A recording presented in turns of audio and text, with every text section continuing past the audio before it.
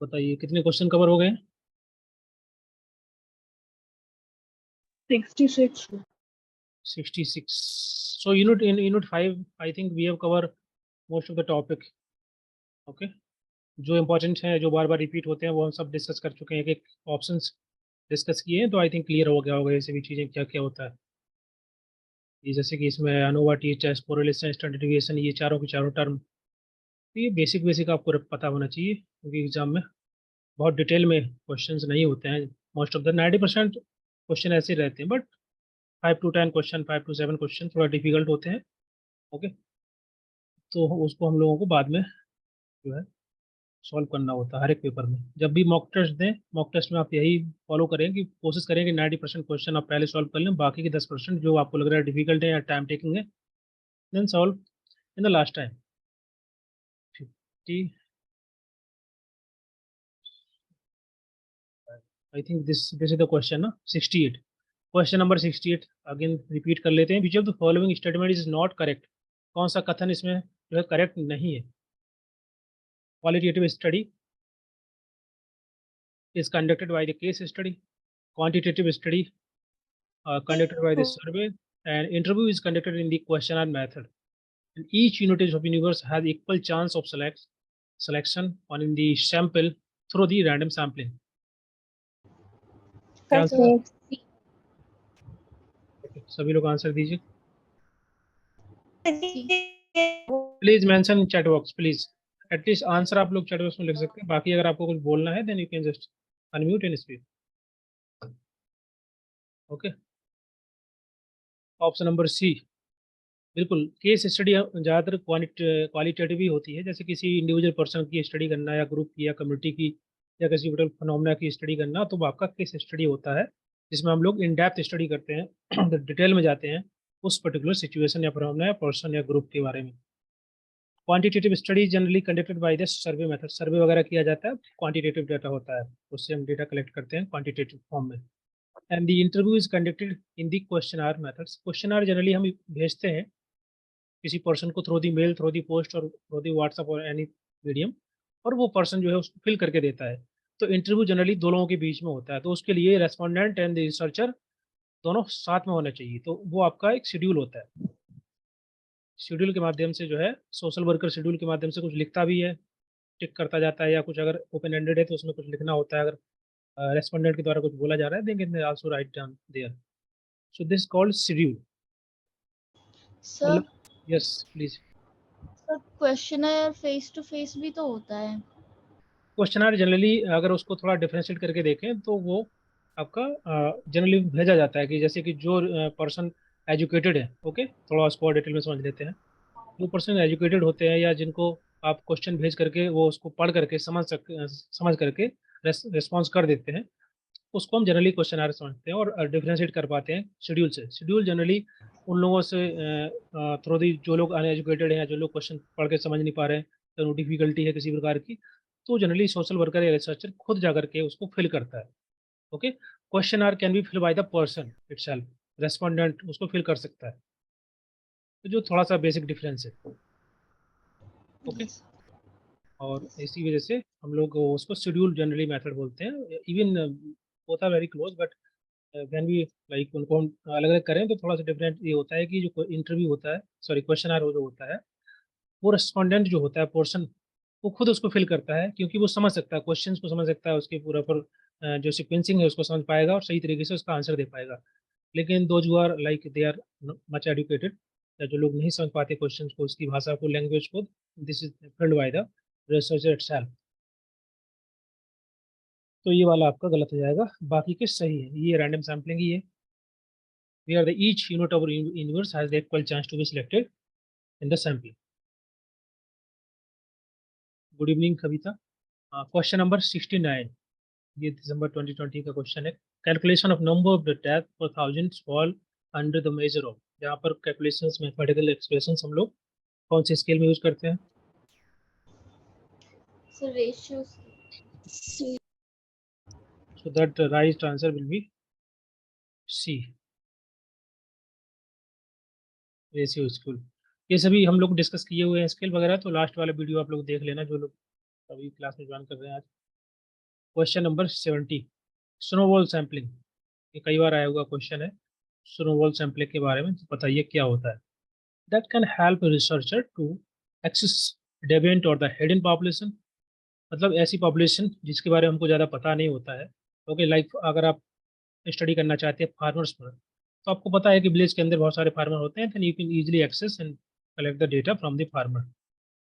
लेकिन आप अगर स्टडी कर रहे हैं ऐसे पर्सन्स जो कि इजीली एक्सेसिबल नहीं है, लाइक HIV पेशेंट्स हैं या किसी प्रकार से और भी कई प्रकार के जो आप स्टडी करना चाहते हैं जहाँ पर it's not easy you can access the people और रेस्पोंडेंट, तो वहाँ पर हम लोग स्नोबॉल सैम्पलिंग यूज करते हैं। सो यहाँ लिखा है एक्सेस डेविएंट और हिडन पॉपुलेशन, जहाँ होती है वहाँ पर हम लोग स्नोबॉल सैम्पलिंग यूज करते हैं। क्लियर है? पहला वाला है। So what is snowball sampling, anyone?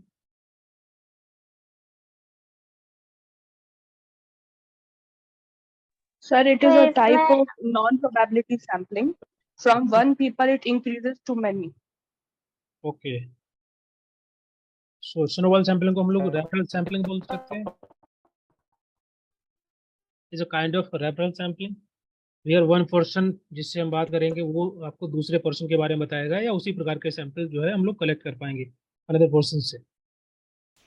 Yes sir. Okay, so that is also known as the chain referral sampling, also non probability sampling है टेक्निक जिसको हम यूज करते हैं। तो पहला वाला सही है, theorize inductively in the qualitative study. So is it right or wrong? सही है सर। क्योंकि इसके माध्यम से हम लोग जो हमारा जो मेन एम होता है by using this qualitative research, like तो एम होता है कि कैसे हम थ्योरी को डेवलप करें या फिर किसी भी चीज़ के बारे में इन डेप्थ कैसे अंडरस्टैंड करें डिटेल में जा करके, जैसे बाकी के अदर मेथड्स हम यूज करते हैं। तो स्नोबॉल सैम्पलिंग के माध्यम से जो है उस पर्टिकुलर वो सभी प्रकार के रेस्पोंडेंट जो कि एक जैसे हैं और वो एक्सेसिबल नहीं है, तो थ्रू दिस सैम्पलिंग हम इजीली तरीके से उनको एक्सेस कर पाते हैं और धीरे धीरे करके डेटा कलेक्ट कर पाते हैं उनके रिगार्डिंग। ओके, जैसे ड्रग यूजर हैं या सेक्स वर्कर हैं, तो उनसे डेटा कलेक्ट करना इजी नहीं होता है और इतनी जल्दी मिलते भी नहीं है। तो through this sampling, snowball sampling, we try to collect the data from the people. तो ये आपका सही हो जाएगा। नेक्स्ट है overcome the problems of not having an accessible sampling frame. ये सही है जो मैंने भी बताया, जहाँ पर प्रॉब्लम्स ऐसी होती है कि हम एक्सेस नहीं कर सकते या बना नहीं पाते हैं, then we use this. Every individual has the chance to be selected. So ये आपका एक नॉन प्रोबेबिलिटी सैम्पलिंग है। तो ऑफ कोर्स हर एक सैंपल हर एक इंडिविजुअल्स का चांस नहीं होता है to be the part of the process. So ये आपका गलत हो जाएगा। C will be right answer. Clear है? 70। जी sir. Next question, question number 71। WS Gusset developed t-test, z-test, u-test, chi-square test. T-test. T-test. T-test.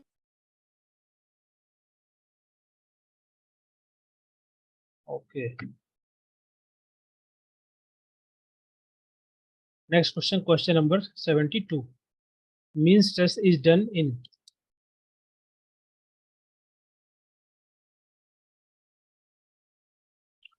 availability of social service, availability of social welfare services, availability of service to economically weaker sections, availability of service to the tribe. What will be the answer for this question? Option C. Option C means A, B, C, D. What is the meaning of the means test?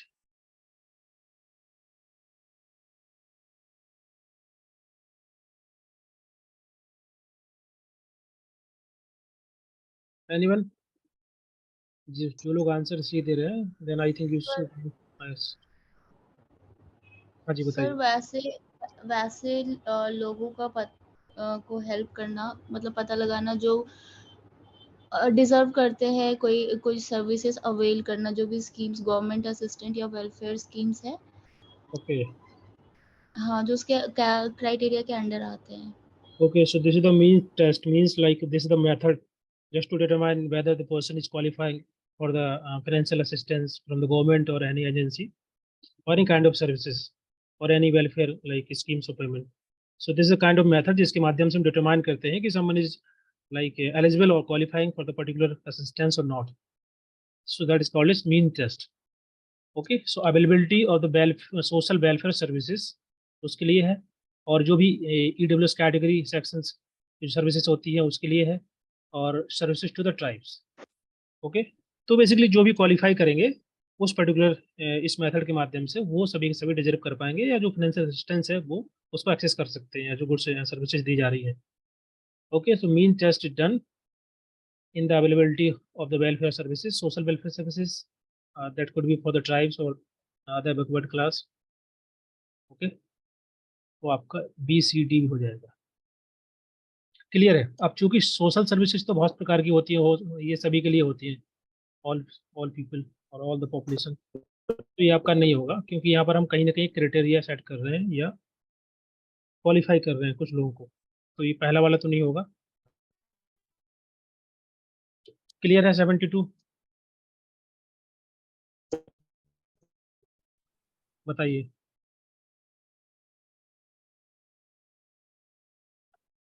Yes, sir. Yes. Okay, तो यहाँ तक हम लोग जो है discuss कर लिए हैं यूनिट 5 के जो भी क्वेश्चन थे, रिपीटेड क्वेश्चन. ओके, और यूनिट 5 में बहुत सारी चीज़ें जो थी नहीं होंगी आपको, तो आप एक बार उसको दोबारा देख लेना वीडियो को रिपीट करके. जैसे कि हाइपोथेसिस वगैरह है, एक बार में समझ में नहीं आता है, तो इट इज़ बेटर कि आप उसको एक दो बार और देख लें, या नोट्स पढ़ लीजिए, उससे भी थोड़ा आसान हो जाएगा.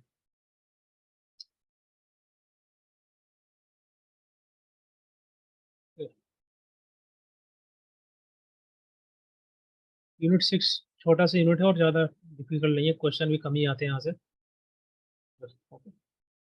क्वेश्चन आते हैं लेकिन तो हमको पढ़ना ही पड़ेगा, और ज़्यादा डिफिकल्ट नहीं है, यू कैन एक दिन में आप पूरा पढ़ सकते हैं अच्छे से.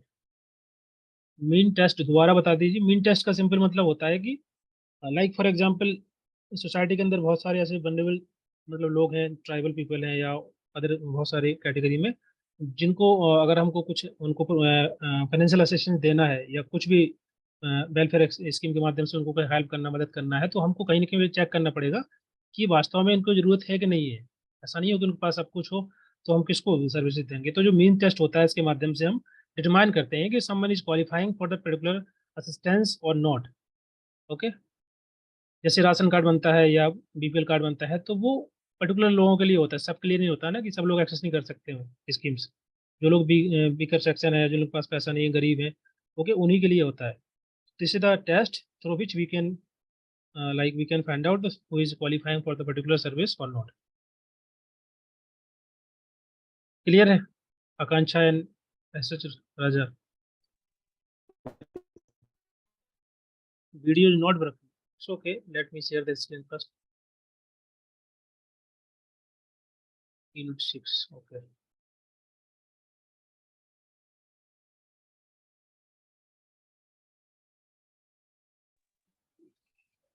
फाइन.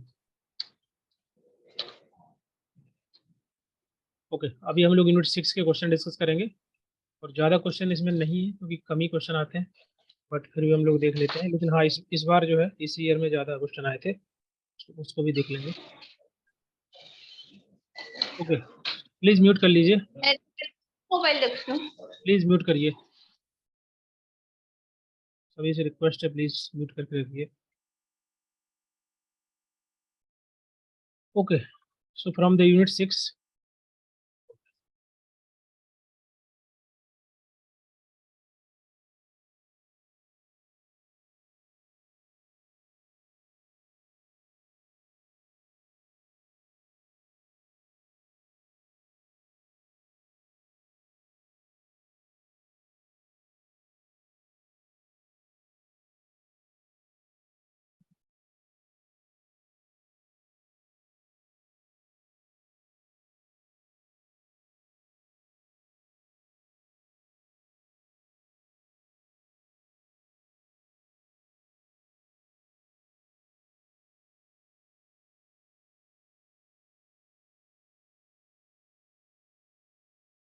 Okay, fine. सो यार, this is the question number 1. इसको क्वेश्चन को पढ़िए, आंसर दीजिए. बहुत बेसिक बेसिक से क्वेश्चन आए हुए हैं यूनिट 6 से, तो आप आसानी से आंसर लगा सकते हैं सभी का. यहाँ पर पूछा जा रहा है कि प्रोटेक्शन अगेंस्ट सोशल कंटीजेंसी, कोई भी सामाजिक आपदा आती है तो उससे बचने के लिए उसको क्या बोलते हैं? Social welfare, through the social welfare, through the social services, social welfare service and social security.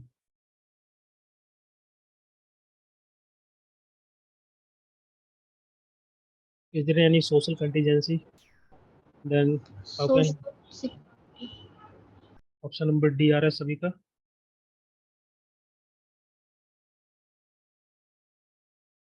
D will be social security. Social security means what?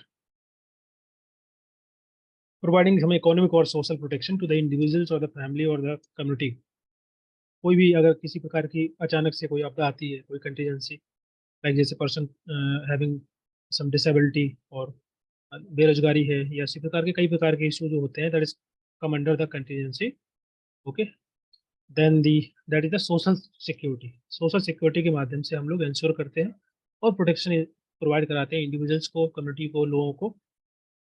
Okay, जैसे कि मान लीजिए रिटायरमेंट पेंशन है, या अनएम्प्लॉयमेंट इंश्योरेंस, या गवर्नमेंट की तरफ से अदर प्रकार की फैसिलिटी दी जाती है लोगों को ऐसी सिचुएशन में, that is called social security. What is social welfare?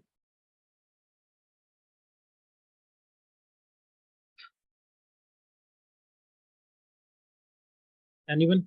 To help yes,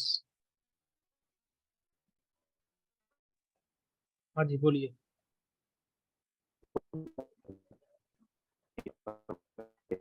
please mute कर लीजिए। सोसाइटी के हित में जो काम किया जाता है, वीकर सेक्शन को अपलिफ्ट कर। ओके, एंड सोशल वेलफेयर मतलब सामाजिक कल्याण। ओके, गवर्नमेंट के द्वारा या किसी ऑर्गेनाइजेशन के द्वारा जो भी प्रोग्राम या पॉलिसी बनाए जाते हैं उसके बाद उनको इम्प्लीमेंट किया जाता है ताकि हम सोसाइटी के अंदर ओके वेलबींग को प्रमोट कर पाए इंडिविजुअल्स कम्युनिटी के लिए। ओके, लोगों को हेल्प करें, सपोर्ट करें, असिस्ट करें, ताकि इंडिविजुअल्स की जो भी प्रॉब्लम्स हैं या वो फेस कर रहे हैं वो कहीं ना कहीं सॉल्व हो पाए। ओके, इनकम सपोर्ट देना, हेल्थ केयर सपोर्ट देना, हाउसिंग असिस्टेंट प्रोवाइड कराना, एजुकेशन प्रोवाइड कराना, these are the thing come under the social welfare. What is social service? सामाजिक कार्य।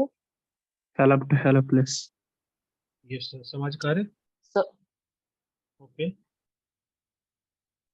Help to helpless. कैसे? क्या बोल रहे हैं? सुनाई दिया। हेल्प करना।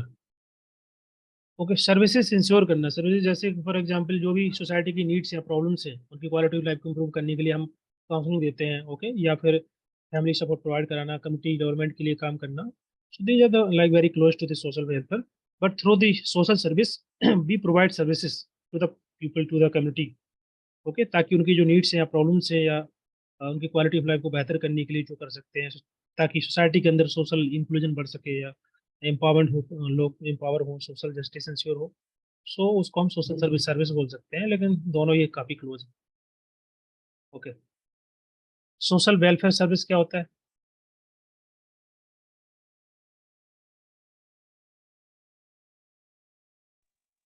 सर, जो हमारे एनजीओज और एनपीओ जो होते हैं, जो सर्विस प्रोवाइड करते हैं, उसको सोशल वेलफेयर सर्विस बोल सकते हैं ना? हाँ बिल्कुल बोल सकते हैं। कोई भी एजेंसी या ऑर्गेनाइजेशन जो कि सोसाइटी के लिए काम करती है, तो वो अगर इन टर्म्स ऑफ वेलफेयर, तो वो आपकी सर्विसेज सोशल वेलफेयर सर्विस होगी। So is a kind of social welfare, combination of social welfare and social service. जैसे इसमें लिखा है social welfare service means you can understand as the combination of both. Okay, so like support को deliver करना, assistance provide कराना programme के माध्यम से या कोई इनिशिएटिव के माध्यम से, जैसे एनजीओ होते हैं। ओके, कोई स्कीम के माध्यम से कोई इनिशिएटिव चलाया जा रहा है, तो उसके माध्यम से हम हेल्प करते हैं, मदद करते हैं कि इंडिविजुअल्स की जो नीड है या कम्युनिटी के जो नीड्स हैं, प्रॉब्लम्स हैं, वो सॉल्व हो पाए। So that is social welfare service, kind of combination of the both social service as well as the social welfare. Clear? सभी को क्लियर है चारों टर्म?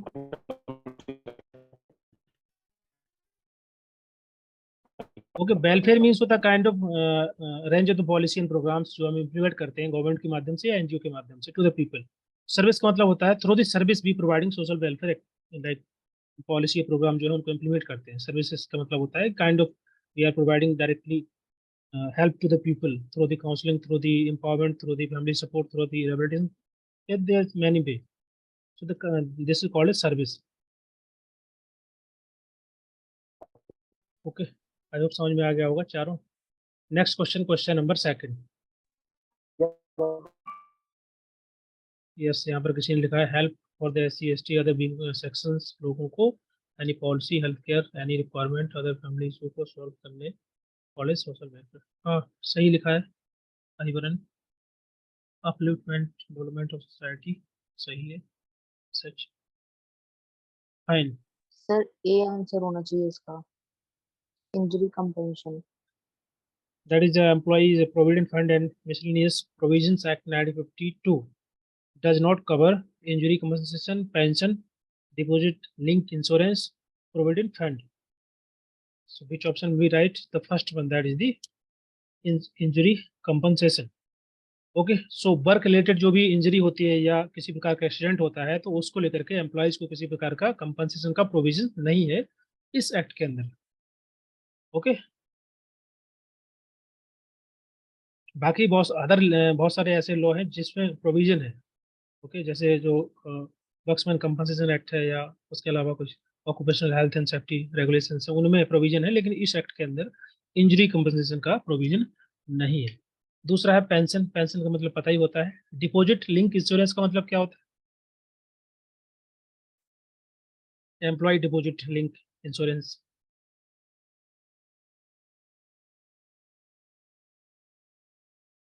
एनीवन? सर लिंक जो कंपनी के जो yes, कंपनी के थ्रू लिंक्ड होता है इंश्योरेंस. कंपनी के थ्रू लिंक होता है. ओके, देन इसमें लिखा है कि जैसे कि ऊपर लिखा हुआ है एक्ट के अंदर employees provident fund and miscellaneous provisions act 1952. इसका मतलब ये है कि जितने भी मेंबर जो है या एम्प्लॉय जो है जो कि जुड़े हुए हैं through the EPF employ provident fund, तो उन सभी एम्प्लॉयज को जो है डायरेक्टली लाइफ इंश्योरेंस बेनिफिट्स भी दिए जाते हैं थ्रू दिस लाइक EPF. तो उसको हम बोलते हैं link insurance scheme, employ deposit link insurance. Okay, जैसे मान लीजिए किसी पर्सन सर की. एक हाँ जी, तो इसमें मैटरनिटी वाला बेनिफिट भी नहीं आएगा ना इसके अंदर? मैटरनिटी का बेनिफिट उसके लिए तो अलग से एक्ट बना हुआ है, उसके प्रोविजंस लागू होंगे ना. ये आपका EPF के लिए है, हाँ फंड. लेकिन हाँ जी, ठीक है सर. है ना. ओके, फंड को रिलेटेड है, जैसे कि जो EPF होता है ना, एम्प्लॉयज प्रोविडेंट फंड, ये तो जो मेंबर उसका हिस्सा होते हैं या वो सभी एम्प्लॉयज, उनको एक लाइफ इंश्योरेंस बेनिफिट भी दिया जाता है. जैसे किसी पर्सन की डेथ हो जाती है तो जो लमसम अमाउंट होगा वो उनको उनके नॉमिनी को दिया जाएगा या उनके जो भी लीगल ईयर्स होंगे उनको दिया जाएगा. सो that is called deposit link insurance. Okay, तो ये एक हिस्सा होगा. नेक्स्ट है प्रोविडेंट फंड. ओके, तो ये जो एक्ट है इसी के बारे में, तो ये तो होगा इसका हिस्सा, employ provident fund. Provident fund का मतलब क्या होता है? Anyone? Basic maternity benefit provide करना एम्प्लॉय को, फंड को, company, agency. Okay, what is the meaning of provident fund?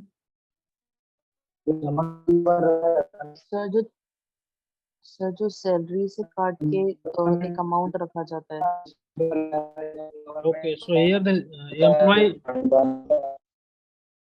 Employer and the employ दोनों जो है कंट्रीब्यूट करते हैं मैचिंग अमाउंट को from their basis in the fund, that is called provident fund. जो एम्प्लॉयर होता है, जो जॉब देता है, वो भी उतना अमाउंट देता है जितना जो पर्सन है, जो एम्प्लॉय है, वो भी दोनों मैचिंग अमाउंट जो है पे करते हैं, कंट्रीब्यूट करते हैं in the base to the fund. That is called as provident fund. Okay, clear है सभी को? तो पहला वाला आंसर करेक्ट है. Next question number third. Developmental social welfare is a macro level conception, and developmental social welfare attempt institutional change. बताइए दोनों statement correct है या नहीं?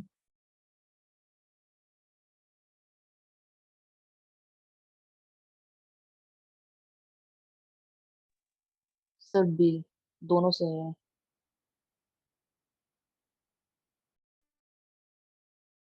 और सभी लोग आंसर दीजिए.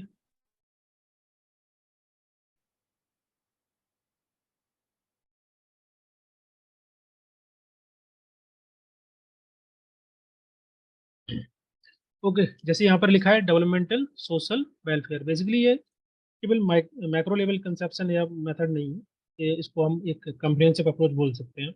इसमें आपका माइक्रो मैक्रो दोनों आ जाता है, क्योंकि फोकस हमारा सोशल वेलफेयर में क्या होता है, सोसाइटी के लिए उनकी जो भी इश्यू है या सोशल वेलबींग को बेहतर करने के लिए, तो that is a very comprehensive approach, but macro level conception हम बोल सकते हैं। ओके, तो इसका काम जो होता है कि सोसाइटी की जो भी प्रॉब्लम्स है या जो भी हम किस प्रकार से इंटरवेंशन कर सकते हैं, कैसे उनके सोशल इशू को एड्रेस कर सकते हैं, these are the things come under the development social welfare. तो ये सही लिखा है। ओके, अगर एग्जाम में यहाँ पे लिख के आ जाएगा welfare is a micro and macro level, तो वो भी गलत नहीं होगा। नेक्स्ट इसमें है developmental social welfare attempt institutional change. इसका मतलब क्या हुआ? इसका मतलब सिंपल यही हुआ कि जो हम इमीडिएट असिस्टेंस देते हैं कम्युनिटी को, डायरेक्ट हेल्प करते हैं, शॉर्ट टर्म मदद करते हैं, तो उसके साथ साथ इसका काम होता है डेवलपमेंट सोशल वेलफेयर का कि हम लॉन्ग टर्म के लिए भी उसमें जो है लॉन्ग टर्म सोल्यूशन कैसे प्रोवाइड कर सकते हैं, उस पर भी हम फोकस करते हैं। ओके, लॉन्ग टर्म कैसे होगा? जैसे through the policy, programme, initiative के माध्यम से, तो उसको हम बोल सकते हैं कि that is the kind of be focus on the institutional change और system change. Okay, institution change का मतलब होता है कि बहुत सारी पॉलिसी बनाई जाती है, पॉलिसी रिफॉर्म किए जाते हैं। ओके, उनको रीस्ट्रक्चर किया जाता है, अमेंडमेंट किया जाता है, that is the part of the institutional और द सिस्टमैटिक चेंज। तो यहाँ पर जो लिखा है कि development social welfare attempt institutional change, तो ये भी सही लिखा है, क्योंकि हम यहाँ पर बात करेंगे मैक्रो लेवल पे, तो मैक्रो लेवल पे हम पॉलिसी की बात करते हैं, पॉलिसी रिफॉर्म की, सिस्टम चेंज की। That is the long term impact, और you can say long term solution to the problem of the society. Clear है? Yes, sir. सभी को क्लियर है? Yes sir. फाइन, तो आपका दोनों करेक्ट हो जाएगा। Next question number 4, social protection are emerging as a key social, पढ़िए क्वेश्चन, पढ़िए, आंसर दीजिए।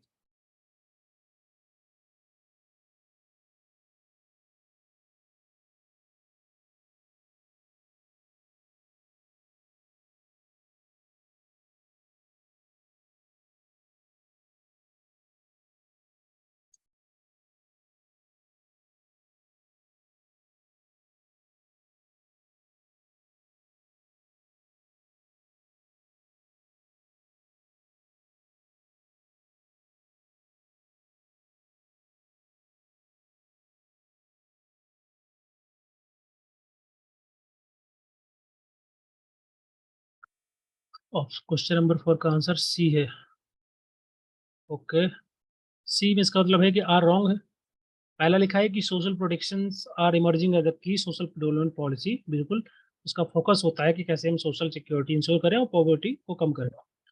दूसरा रीजन दिया है कि unified approach in response to the perceive increase in the vulnerability of population that can't be improve by the social protection. So is it wrong, right? Why? What is the meaning of unified approach?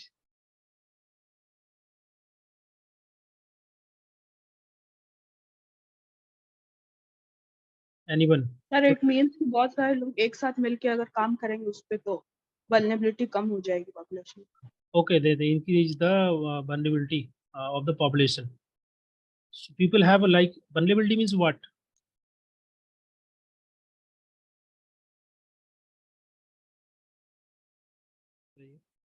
Sir weaker sections जो होते हैं जो कि Yes. Easily prone होते हैं attack. Okay, okay, fine, fine. तो जो भी vulnerability है या poverty है या security है या support system प्रोवाइड कराना थ्रू दी पॉलिसी है, तो यहाँ पर लिखा है कि आप जो है यूनिफाइड अप्रोच के माध्यम से बदलाव कर सकते हैं। ये गलत हो जाएगा। इसमें लिखा है कि नहीं ना, कहीं कुछ लिखा है कांट बी इम्प्रूव, तो आपका गलत हो जाएगा। ठीक है, यूनिफाइड अप्रोच भी यूज कर सकते हैं हम लोग, और एक कम्प्रिहेंसिव अप्रोच भी यूज कर सकते हैं। क्योंकि यहाँ डिटेल में ऐसा नहीं दिया गया है, तो you can also mark this one, ये सही है। अगर इसमें पर्टिकुलर लिखा होता है, किसी पर्टिकुलर प्रॉब्लम की बात करते, तो ये सही हो जाता है। अगर वो जनरलाइज वे से बात करते कि जो भी प्रॉब्लम्स है कम्युनिटी की in general way, like education, health और employment, then we can say the approach that should be very comprehensive. Okay, clear है? तो आपका सेकंड वाला गलत हो जाएगा, then option number C will be right. सभी को क्लियर है? इसमें किसी को डाउट तो नहीं है? क्वेश्चन नंबर, सर एक बार और समझा दीजिए, समझ नहीं आ रहा, कंफ्यूजन हो रहा है और बार ओके लेना है। Okay okay fine. आर में लिखा है unified approach in response to the perceive का मतलब होता है जो पॉपुलेशन है, जो लोग हैं, वो उनको ऐसा महसूस हो रहा है, लग रहा है there is the increase in the vulnerability, कि उनकी जो प्रॉब्लम्स हैं, जो इशू है, वो बढ़ने वाले हैं। Perceived increase in the vulnerability that can't be improve, उनको हम इम्प्रूव नहीं कर सकते okay through this approach.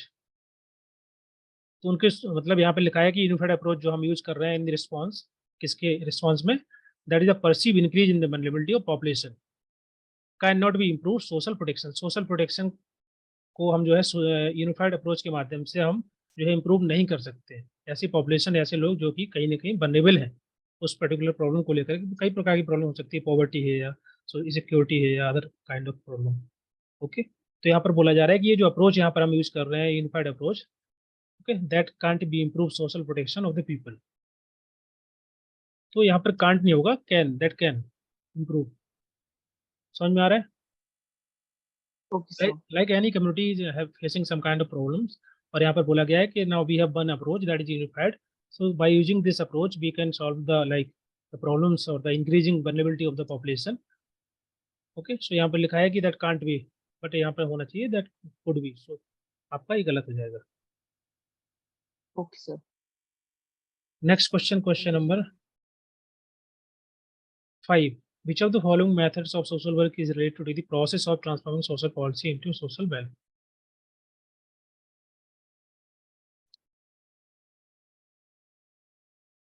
So again, this is the method of social work. We have discussed, I think 3, 4, or this is a 5 1, right? Okay. Now tell me the name of the methods we use in social work practice. All methods. How many methods we have? We have total 6 methods. Okay. So 3 are the primary and 3 are the secondary. Okay. Or you can select applied method. Three are the primary, that case work, group work, and community organization. Organize. 3 are the secondary or the applied or secondary methods. Like कौन सा है? Social work research, Selection. social welfare administration, social action. Social action. Okay, यहाँ से भी question आ सकता है, तो याद रखना these are the secondary method, okay, and these are the primary method. इसका आंसर क्या होगा? D, social welfare administration is the method of social work okay. ये प्रोसेस, इसके माध्यम से सोशल पॉलिसी को सोशल वेलफेयर में जो है हम उसको कन्वर्ट करते हैं, दिस इज द प्रोसेस। तो कैसे उसको हमको मैनेज करना है, कोई प्रोग्राम, कोई पॉलिसी है ओके, वेरियस लेवल पर हमको कैसे उसको इम्प्लीमेंट करना है और कैसे उसको मैनेज करना है, all these things come under the social welfare administration okay. तो जो एडमिनिस्ट्रेटर होता है उसका काफ़ी इंपॉर्टेंट रोल होता है, कैसे हम प्लानिंग करेंगे, कैसे डेवलपमेंट, कैसे कोऑर्डिनेशन करेंगे, कैसे एवेल्यूएशन करेंगे, पूरे पूरे प्रोसेस को, जो प्रोग्राम है, जो पॉलिसी है, जो सर्विसेज दी जा रही है, कैसे उसको इम्प्लीमेंट करना है। So everything that is come under the social welfare administration. So this is the method use by the social worker or the NGO or any welfare agency that provide welfare to the people. D will be right answer. Next question, question number 6. What can be defined as the written reports of duty, responsibility and condition of the job? किसी भी job की क्या condition होगी, क्या responsibility होगी, क्या उसकी जिम्मेदारियां हैं, इन सभी का ब्यौरा जो है कहाँ लिखा होता है? Job specification, profile, description, analysis. सही है। So job डिस्क्रिप्शन में, जॉब डिस्क्रिप्शन में हो गई है। सी। Okay, she means job description, job specification, job profile. Everyone please answer. सभी लोग आंसर दीजिए। Job description. Okay. So job description will be right answer. The first one, that is the job specification. इसका मतलब क्या हुआ? कविता ने सी answer किया, बाकी Tanisha D. D means job analysis. C यहाँ पर बात कर रहे हैं रिटन रिकॉर्ड्स की। Analysis is different thing. Analysis kind of the process of gathering information about the like job and documentation. So this is the process, this is not a written record. ये तो वैसे भी नहीं होगा। Job specification का मतलब क्या होता है? Like this is the detail information. Yes, this is the job है किस चीज की? बिल्कुल, लाइक किसी पर्टिकुलर जॉब पोजीशंस के लिए क्या क्या रिक्वायरमेंट है, क्या क्या knowledge, skills, qualification, So everything in detail description which is come under the job specification. जैसे फॉर एग्जांपल एक एम्प्लॉयर है, ओके, मैनेजर है या एम्प्लॉय बोल सकते हैं, कोई एम्प्लॉयर है, तो वो क्राइटेरिया सेट करेगा कि हमको जो एम्प्लॉय लेना है क्या क्या उसके क्राइटेरिया हो सकते हैं रिक्रूटमेंट करने के लिए, सिलेक्शन करने के लिए, कैंडिडेट को एवेल्युएट करने के लिए. So all these things come under the job specification. Clear है? नेक्स्ट है जॉब प्रोफाइल. जॉब प्रोफाइल क्या होता है?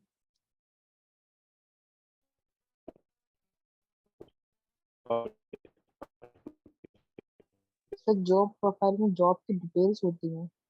ओके, जैसे हम बोलते हैं कोई पर्सन की जॉब लगती है तो आपकी क्या प्रोफाइल है, मतलब एक ब्रॉड ओवरव्यू होता है, समरी होती है जॉब पोजीशंस के बारे में. लाइक जॉब टाइटल क्या है, क्या कौन सा डिपार्टमेंट है, क्या क्या रिस्पॉन्सिबिलिटी है, क्या ये सभी चीज़ें, क्या role responsibility, that is come under the job profile. Clear है? नेक्स्ट है जॉब डिस्क्रिप्शन. जॉब डिस्क्रिप्शन के अंदर क्या आएगा? जो कि डीप यहाँ पर डिटेल्स अबाउट हाँ, जॉब. जो कि यहाँ पर लिखा हुआ है. written documents that provide detailed account about the duty, responsibility, qualifications, ये सभी चीज़ों के बारे में. एक कंप्रहेंसिव व्यू होता है पूरा का पूरा जॉब के बारे में, टास्क के बारे में, रिस्पॉन्सिबिलिटी के बारे में. तो आपका सी हो जाएगा. नेक्स्ट है जॉब एनालिसिस. सो जो मैंने अभी बताया कि एक प्रोसेस, एक सिस्टमैटिक प्रोसेस जिसके माध्यम से डेटा को गैदर करते हैं या मतलब जॉब के बारे में इंफॉर्मेशन होती है, उसको कैसे एनालिसिस करना है, इन सभी चीज़ों के बारे में जॉब एनालिसिस उसको हम बोलते हैं. ओके, कि मतलब जॉब के क्या फंक्शंस हैं,